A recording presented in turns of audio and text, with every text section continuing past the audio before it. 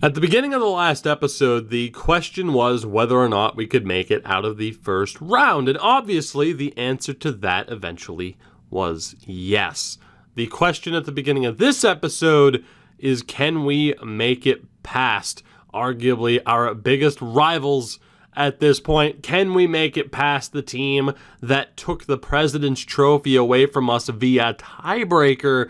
Can we make it past the San Jose Sharks? And I certainly hope that the answer is yes. The team, for the most part, is still looking pretty good, I have to admit. I'm still very happy with the setup, of course. I mean, again, we talked about it. Genther needs to get going a little bit more. Carl Grundstrom, 6 points, great. A goal from him would be nice. We'll see if Alexei Afalo can stay healthy. Anderson Dolan really needs to get going. The fourth line as well, things could change if someone continues to struggle. Anze Kopitar, of course, is available. Defensively, still pretty happy. And again, we talked about it quite a bit. Mo Marsh and Marcus Phillips, are they good enough? The answer's been yes. And of course, Carter Hart was fantastic. And we're going to need him to continue to play at that level. There is, however, before we take a look at what we're up against, the question that out of nowhere was raised from the comment section of the last video. It is not something that I proposed, but it was thrown around, the option of including the games here in the playoffs against the Sharks towards our goal for the season, which was to have a winning record against San Jose and Anaheim. Now, we finished 3-6 against the two other California teams this season, which, of course, would mean we would need to pull off a sweep. Considering we would have to pull off a sweep to accomplish this goal, yes, if we sweep the Sharks, I'll count it towards the season goal. I don't expect that to happen, but it'd be a nice little reward for our players if somehow, some way, they are able to pull that off. I am not holding my breath. I'm just hoping that we make it out of this round, let alone, sitting here hoping for a sweep. And this is why. Because you look at this team, and it's not the most outstanding team I've ever seen, but it's certainly the type of team that you expect to see have success, particularly in the playoffs. So it's not that surprising that they won the President's Trophy. Tomas Hertl, 32 years old at this stage, 4 points in 6 games, their first round matchup against Edmonton. Jace Tuzolino is 20 years old, but is a 94 overall, number 1 overall pick 2 years ago in 2024. 8 points in 6 games. And also on the third line used to seeing him on the third line after our Shark series, but Kevin Labanc, point per game on that right-hand side. And just a look at the money being thrown out, they're set up pretty well. Second line, Jonathan Drouin, 91 overall, 31 years old, 9 points, 7 goals in 6 games. He is centered by Logan Couture and Victor Olofsson. Still there, or not still there as well, but a presence there on the second line. I was going to say Logan Couture is still there, of course. Third line, speaking of still there, Evander Kane, 10 points in the first round, 9 for Dylan Gambrell, and Dean Sampson. San Jose had back-to-back number 1 overall picks, apparently. So that's fantastic, and I guess they were able to turn the corner because of it. But Dean Sampson, the Austrian, which is what you would expect, also on that third line. Fourth line, Ivan Chekovich, call him what you will. Noah Gregor, Channel Hall of Famer Noah Gregor, and Joachim Blichfeld. So, they definitely kept the strategy of using some of the talent that they had from within. It's obviously a really good team. Defensively, we need to see a bit of weakness, and we do. I mean, their top 3 is incredibly strong. Noah Hannafin. We had Noah Hannafin in our Shark series. What the hell are you guys doing? You copycats. In some ways. What are the odds of that, huh? Incredibly slim. Noah Hannafin and Ryan Merkley, Sami Niku and Erik Karlsson, Robert Haig and Nick Mellock. 2 points for Mellock, 2 points for Haig. Karlsson was what he is alongside Sami Niku. So, all things considered, that's concerning. And then Billy Moss. Billy Moss, 5th round pick, 152nd overall in the 2020 draft, is their goaltender. Ivan Prosvetov, easy for me to say, is the backup goaltender. Do they have any injuries? No, they do not, but Blake Coleman, Riley Stillman, and Anthony Richard, perhaps Richard, I'm not sure. I never bothered to check, are the healthy scratches. So surprising that Coleman isn't in that lineup. I'll be intrigued to see if they end up putting him into the lineup. They very well could. So all things considered, this is a very tough matchup, and that's not surprising. In terms of the ratings, they do have the advantage on offense. It's an even defense, but we have the advantage in goal. Time will tell whether or not Carter Hart is able to shut down another high-powered offense. But needless to say, we need him too. Winnipeg is up 1-0 on Dallas. You have New Jersey over Pittsburgh right now, and Buffalo over Toronto. Over Toronto. I just stormed my way through that sentence. Let's do this. Let's do this. Let's not waste any more time. It's time to see what we're made of. It's time to see if we can pass this test that really we knew we'd have to come up against if we made it out of the first round. It would have been a shock to see Edmonton make it to round 2. In San Jose. Let's do this. First period of game 1, and not the start that I wanted. Erik Karlsson with the lone goal of the period, 14 shots to 12. Second period, it gets worse. Samson makes it 2-0. 29 shots to 24. I mean, Carter Hart's having a strong game. We just don't have an answer for an 82 overall goalie right now.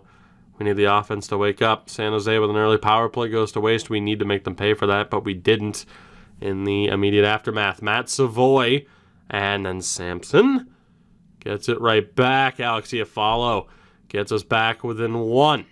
10 minutes to play. Matt Savoy, second goal of the period. He's tied it up at 3. Hell of a comeback, but will it all be for naught? Power play, please, please, goes to waste. 2-1 power play for the Sharks. We get to overtime. What a performance from Matthew Savoy and Alex Iafallo. 37 shots apiece, tied at 3 on the board. A fantastic 4-minute stretch for Matthew Savoy, Alex Iafallo, and the Kings in general gets us to this point.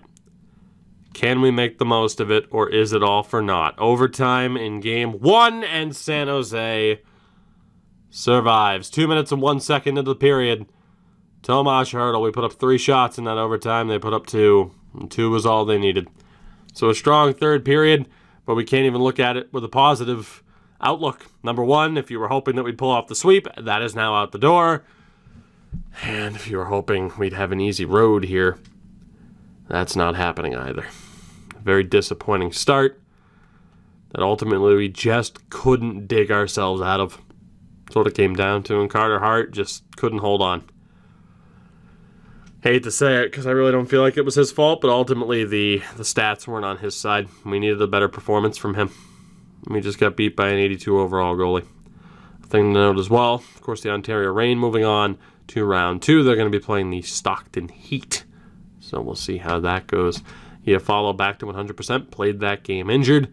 We're going to leave the team the same, but we need a much, much better defensive performance this time out. It is very much needed. First period, great start. Jarrett Anderson Dolan, his first goal of the postseason, might have even been his first point still on the power play. And Austin Wagner, brutal regular season, all things considered, steps up here, 14 shots to 11, and we're up 2-0. That is a much better start. Ask and you shall receive. Second period, it goes up in smoke. Hertl and Blichfeld. Alex Turcotte's able to get one back on the power play, so we are still in the lead. But we blew a 2-goal lead in that second period. So that is obviously concerning. The shots are just about even, as is the score, but a slight advantage on one side for both. Logan Couture ties this game. Well, if it plays out like game 1, we're going to be fine, because the team that blew the lead ended up holding on. But for some reason, I don't think we're going to be as lucky. 6.5 to play. Are we destined for overtime yet again?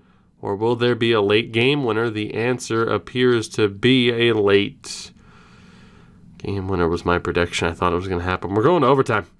Second game in a row. Hell of a way to start a series. It's going to be a 4-3 final. Yet again, we need a win. Can we get it?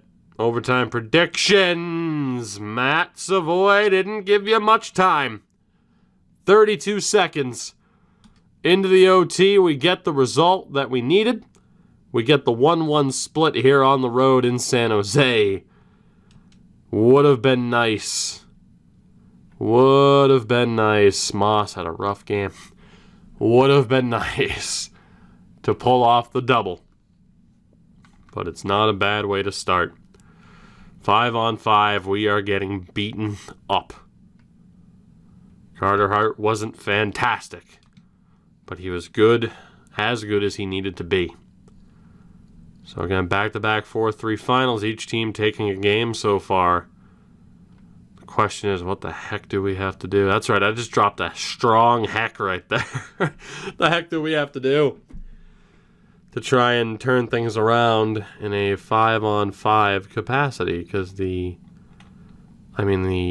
power play lines and everything are good. We're going to stick with this team for now, though. Staying with it. Very important Game 3 coming up here. Let's see how it goes. We need a win. We really need a win to take advantage of this series. Can we get the job done? First period. Good God. You knew when it paused for half a second that we were going to see some goals. I don't know if anybody could have predicted 8 goals. Wow.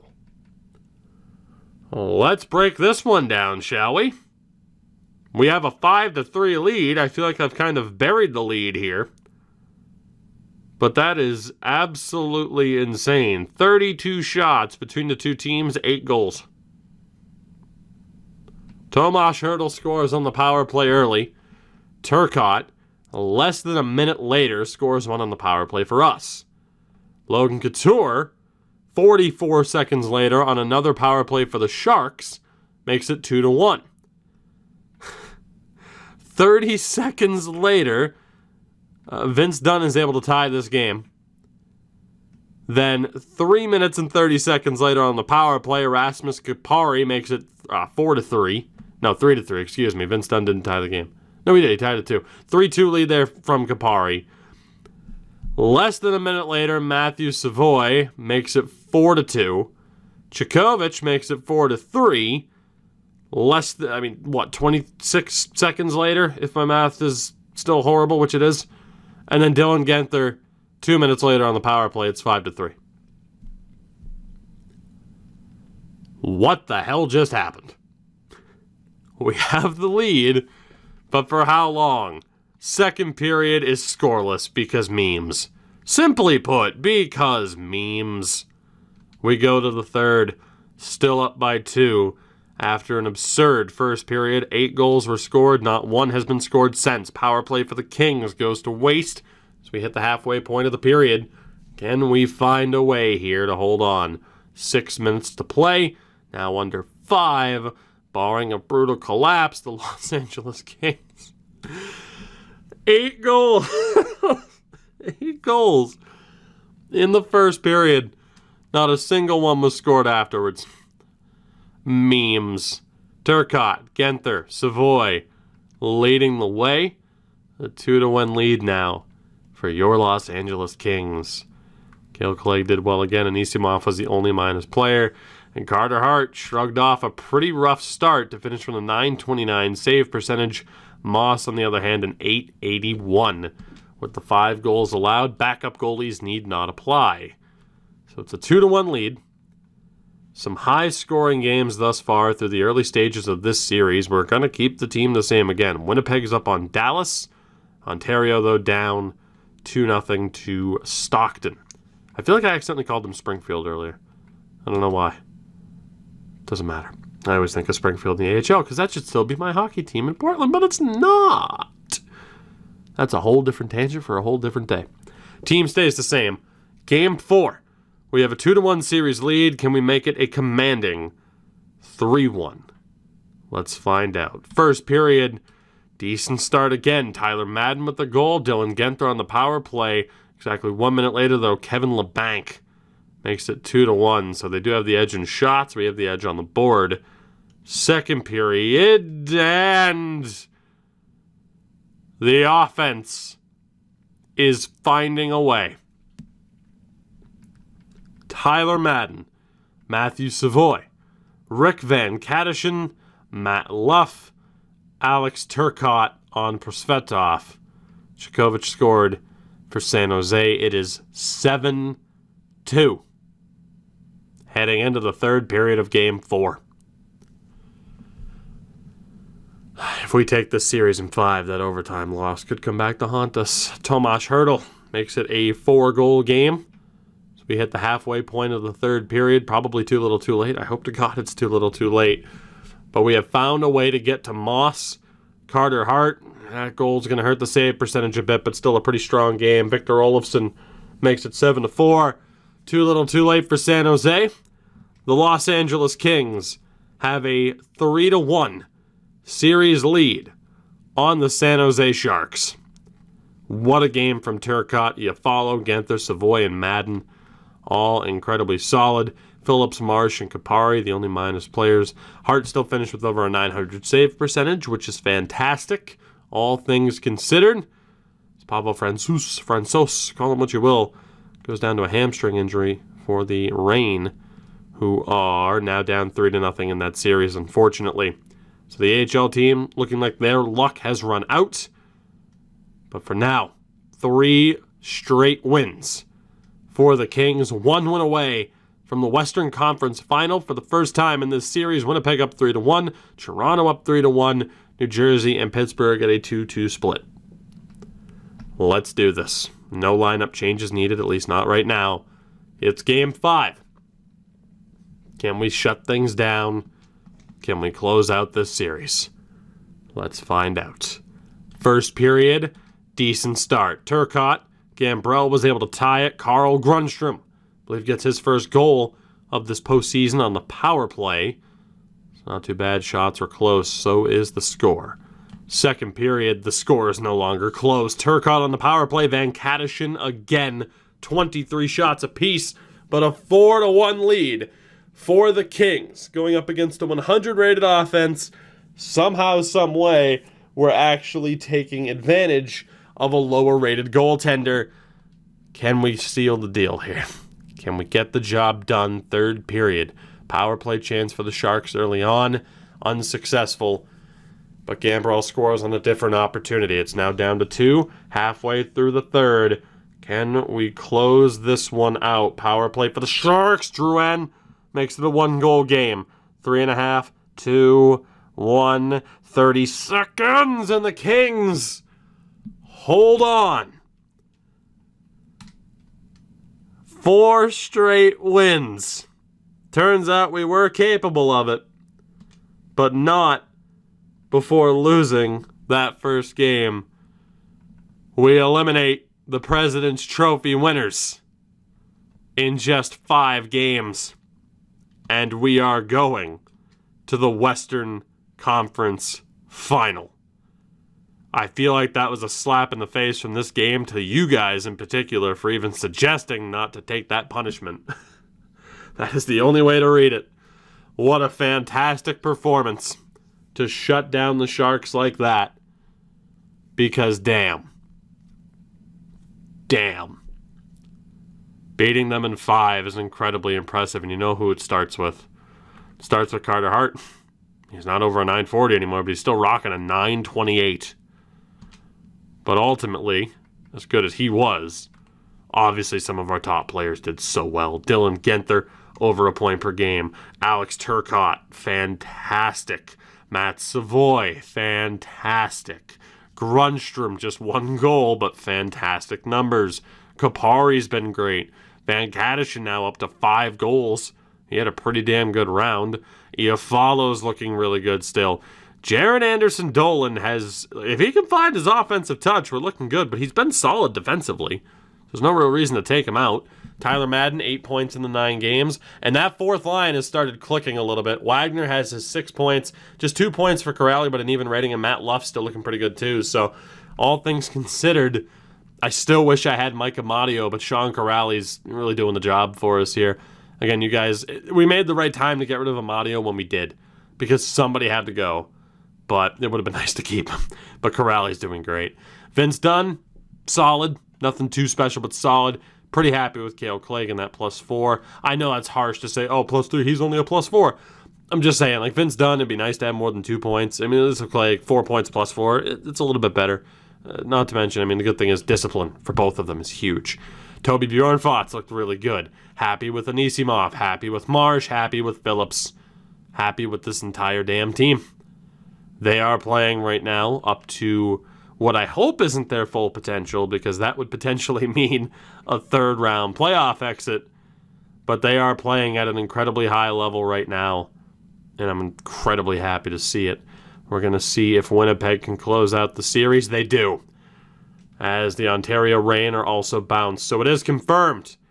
We will be taking on the Winnipeg Jets in the Western Conference Final, another 50-win team that we have to fight past for our chance at the Cup. It's Toronto and Pittsburgh on the other side. So close now. The furthest we've gone in the postseason. But can we get past another extremely tough team to find ourselves within 4 games of bringing the Stanley Cup back to Los Angeles? We will find out. For now, though, we're going to call it a day. I thank you very much for watching, of course, supporting me, this channel, this series. Again, at the very least, glad I could entertain you for 20-some-odd minutes a day. Greatly appreciate you choosing me over literally any other medium that you possibly could. I still don't know why you do, but I thank you. You know the deal. Feel free to drop a like and subscribe if you haven't already done so. Check out everything in the description if you haven't already done so. And, of course, the Patreon as well. Again, big day on the channel today. The prospect pool rankings video is out. Should be out alongside this video. So excited to see what you guys think about that. Check that out if you haven't already done so. And on Patreon as well, there should be a new Houston episode up today, so check that out. I will see you all in the next one. Until then, have a good one. Take it easy. Stay safe. I'll see you next time.